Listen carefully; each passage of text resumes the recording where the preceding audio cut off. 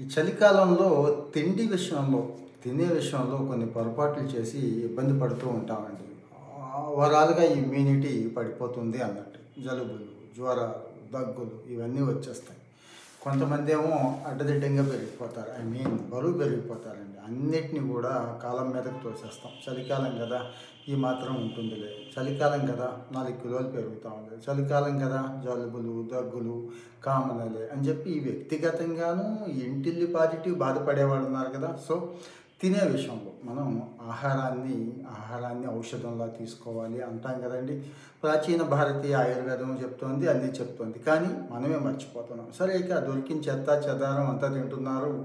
Okay. కానీ experts ఏం చెప్తున్నారు అంటే, ఫేమస్ న్యూట్రిషనిస్టులు ఎవరు చెప్పినా ఇండియన్ కాంటెక్స్ట్‌లో మనకి సరిపడా డైట్ ఏంటి అంటే, ఈ చలికాలం మీరు ఏం తింటున్నా కానీ కాస్త ఒకటికి 2 సార్లు చెక్ చేసుకొని ఇవి మాత్రం ఖచ్చితంగా ఉండేలా చూసుకోండి, యాడ్ చేసుకోండి.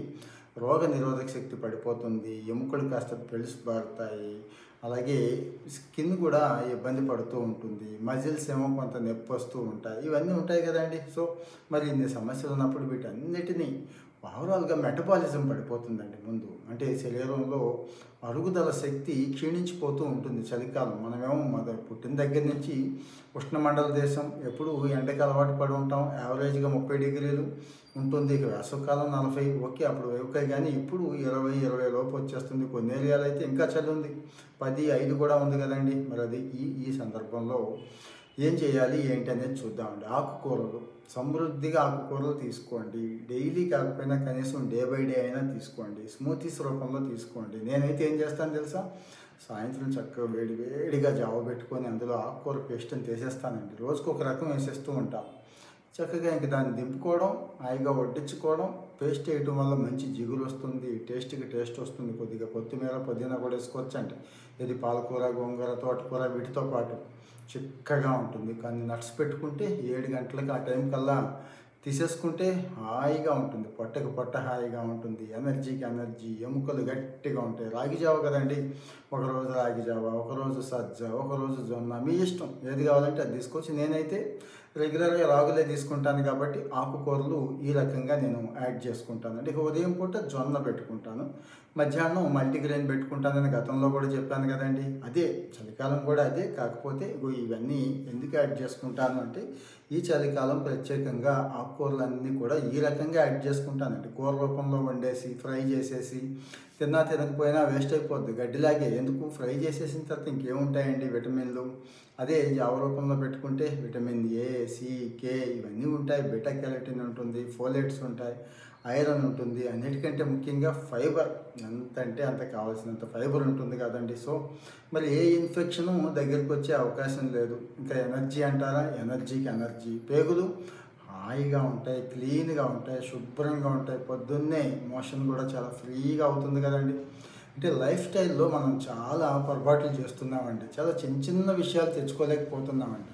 నేనైతే అంత ఆకుకూర తెచ్చుకుంటానండి. ఒకేసారి వారానికి సరిపడా ఒక 50 రూపాయలు ఇచ్చేస్తే పొలంలో అంత ఇస్తారు. చక్కగా ఉప్పు నీళ్ళల్లో వేసేసి ఒక అరగంట ఉంచిన తర్వాత తీసి, అంటే మరి సొంతంగా చేసుకునే ఓపిక లేదు, పండించుకోవడం కూడా కష్టం అండి మందులు లేకుండా. ప్రస్తుతానికి చెప్తున్నాను, త్వరలో అది కూడా స్టార్ట్ చేద్దాం.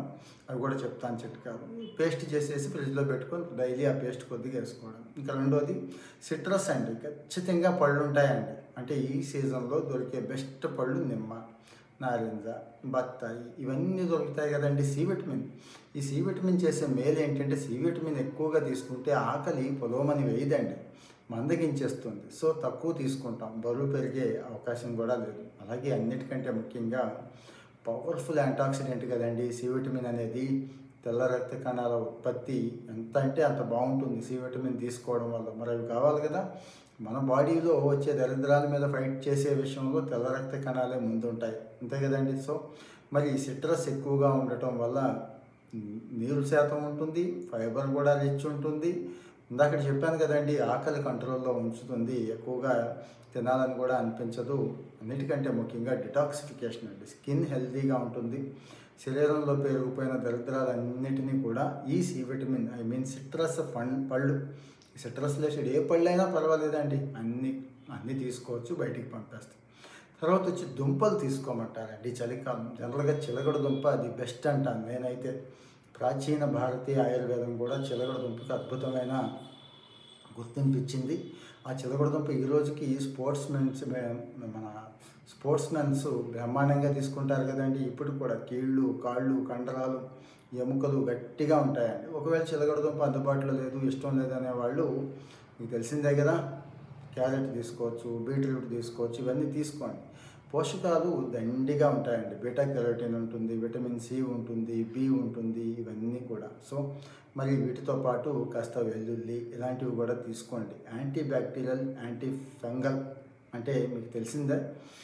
పోపులు పెట్టండి, అంతకుమించి ఏమీ లేదు. నేను చెప్పాను కదా, డైలీ మార్నింగ్ హాట్ వాటర్ తీసుకోవడం మర్చిపోవద్దు. ఆ హాట్ వాటర్లో కాస్త ఒకరోజు పచ్చి పసుపు, ఒకరోజు కాస్త జీలకర్ర, ఒకరోజు ధనియాలు, ఒకరోజు ఒక్కొక్కటి దాల్చిన చెక్క దగ్గర నుంచి ఇంకా అన్నీ ఉన్నాయి కదా, వామ్మని, ఇవన్నీ నేనైతే తీసుకుంటున్నాను. అది కూడా మీకు పరిచయం చేశాను. ఎర్లీ మార్నింగ్, దయచేసి ఎర్లీ మార్నింగ్ లేచిన వెంటనే ఒక హాఫ్ లీటర్, 1 లీటర్ తీసుకోగలిగితే మీ శరీరం ఎలా అంటే అలా మారిపోతుంది. అంటే చలికాలంలో ప్రత్యేకంగా ఇవన్నీ యాడ్ చేసుకోండి, ఈ అలవాట్లు తెచ్చుకోండి, లేకపోతే ఇబ్బంది పడిపోతామని చెప్పడం నా ఉద్దేశం. నేనైతే చేస్తున్నాను కాబట్టి మీకు ఇవన్నీ షేర్ చేస్తున్నాను. లైఫ్ స్టైల్ రిలేటెడ్ అన్నీ చెప్పుకుందామండి. మనం లైఫ్ స్టైల్లో మనం చేసిన పొరపాట్లు చెప్పుకున్నాం. హ్యాపీగా హెల్తీగా ఉండటానికి, ఏ డాక్టర్ అవసరం లేకుండా ఉండటానికి, ఒక టాబ్లెట్ కూడా వేసుకోకుండా జీవితం హాయిగా గడపడమే గొప్ప జీవితం అని నేనైతే నమ్ముతాను. కోట్లు సంపాదించడం కంటే కూడా ఇలా ఉండటం చాలా గొప్ప అదృష్టం అంటానండి. ఇంక ఫైనల్గా నట్స్, సీడ్స్ తీసుకోండి. ఈ సీజన్లో అంటే నేనైతే వేరుశెనగ దగ్గర నుంచి ఇవన్నీ తీసుకుంటానండి. కాస్ట్లీవి పిస్తాలు, బాదం తీసుకోవాలని ఏమీ లేదు. అవి 4-5 చాలండి, ఎక్కువ కూడా వద్దు. జస్ట్ 4-5, అది కూడా నానబెట్టినవి తీసుకోండి. ఇక గుమ్మడి గింజలు, పుచ్చగింజలు, ఫ్లాక్స్, అవిస, ఇవన్నీ ఉన్నాయి కదండి, పొద్దుతిరుగుడు దగ్గర నుంచి అన్నీ కూడా తీసుకోవచ్చు. ఎందుకంటే మంచి మూలకాలు, జింకు, సెలీనియం దగ్గర నుంచి మంచి కొవ్వు, మంచి ఖనిజాలన్నీ కూడా దీంట్లోంచే ఉంటాయి. రోగ నిరోధక శక్తిని పెంచే అవకాశం కూడా ఇక్కడే ఉంటుంది. మరి తిండి అయిపోయింది, తినేసి కూర్చుంటే అవ్వదు కదండి. కాస్త ఓపిక తెచ్చుకోవాలి. కాస్త నీరసంగా ఉంటుంది, నిస్సత్తుగా ఉంటుంది, బయటికి వెళ్ళాలనిపించదు. అయినా కానీ కాస్త బయట కాలు పెట్టేసి కాస్త వేడెక్కిచ్చేస్తే, ఒంటిని వేడెక్కించడం అంటే మరీ బట్టలు, పల్చటి బట్టలు కాకుండా కాస్త చలి ఎక్కువ ఉన్న చోట బ్లేజర్స్ ఇలాంటివి 1-2 పొరలు వేసేసి బయటికి వెళ్తే వచ్చేటప్పుడు బయట దాన్ని తీసేసుకుని హాయిగా వచ్చేయచ్చు. ఎందుకు, కాస్త చెమట పడుతుంది కాబట్టి. సో మినిమం వాకింగ్ ఇవ్వండి. వాకింగ్ లేదు, చేయలేకపోతున్నాను, ఇబ్బంది ఉంది, సైనస్, ఇంకోటో, ఇంట్లోనైనా కనీసం ఏరోబిక్స్ ఏవో ట్రై చేయండి, వెయిట్స్ లాంటివి చేయండి. మర్చిపోవద్దు, ఖచ్చితంగా మొబిలిటీ ఉండాలండి. మొబిలిటీ లేకపోతే చాలా ప్రమాదం. చలికాలం కూర్చోవాలనిపిస్తుంది, పడుకోవాలనిపిస్తుంది, ఆకలేమో ఇంకా వేసేస్తూ ఉంటుంది, తినేయాలనిపిస్తుంది. చలికాలం చేసే పొరపాట్లు ఇవే. సో ఇవి ఇప్పుడు నేను చెప్పుకున్నవి మీరు యాడ్ చేసుకోగలిగితే, అంటే ఈ చలికాలంలో ఇప్పుడు ఇవన్నీ యాడ్ చేసుకోగలిగితే కాస్త స్వీట్స్, జంక్ ఫుడ్స్ కొద్దిగా తగ్గించుకోవాలండి. లేకపోతే మీకు తెలుసు, అవి మామూలుగా చేసే కీడి కంటే ఇక్కడ డబుల్ చేస్తుంది. ఎందుకు, మెటబాలిజం పడిపోతుంది కాబట్టి. సో నా సలహా ఏంటంటే 3 పూట్ల 3 డ్రింక్స్, వేడి డ్రింక్స్ తీసుకోండి, ఏం పర్లేదు. గ్రీన్ టీ దగ్గర నుంచి, మందార టీల దగ్గర నుంచి రకరకాలు, ఈవెన్ జామ ఆకు, కరివేపాకు, కొత్తిమీర, ఇవన్నీనండి, ఏదైనా తీసుకోవచ్చు, ఇబ్బంది ఏమీ లేదు, తీసుకోండి. హాట్ వాటర్ మానొద్దు, వర్కౌట్ అస్సలు మానొద్దు. మాత్రం ఎంత ఉంటే అంత వర్కౌట్ చేయండి. ఎండ ఏమాత్రం దొరికినా ఎక్స్పోజ్ అవ్వండి. వాటితో పాటు ఇదిగో ఈ ఫుడ్స్ అన్నీ తీసుకోండి. తీసుకుంటే ఈ చలికాలాన్ని కాస్త జాగ్రత్తగా గెంటేయచ్చు, గట్టెక్కిచ్చేయచ్చు. ఇంకా ఏమైనా ఇబ్బందులు ఉన్నాయి, ఇప్పుడు నేను చెప్పిన విషయాల్లో ఏదైనా క్లారిటీ లేదనుకున్నా, లేకపోతే ఇంకా ఏమైనా అడిషనల్ సమాచారం కావాలనుకున్నా, దయచేసి కామెంట్లో మీ ఒపీనియన్ చెప్పండి. మరి కాస్త లైక్ ఇస్తే పనికొచ్చే సమాచారం కదా, ఎక్కువ మందికి వెళుతుంది. కాస్త షేర్ చేయండి దయచేసి. ఇది ఎవరికి ఉపయోగపడుతుందని మీరు అనుకుంటున్నారో వాళ్ళకి షేర్ చేయండి.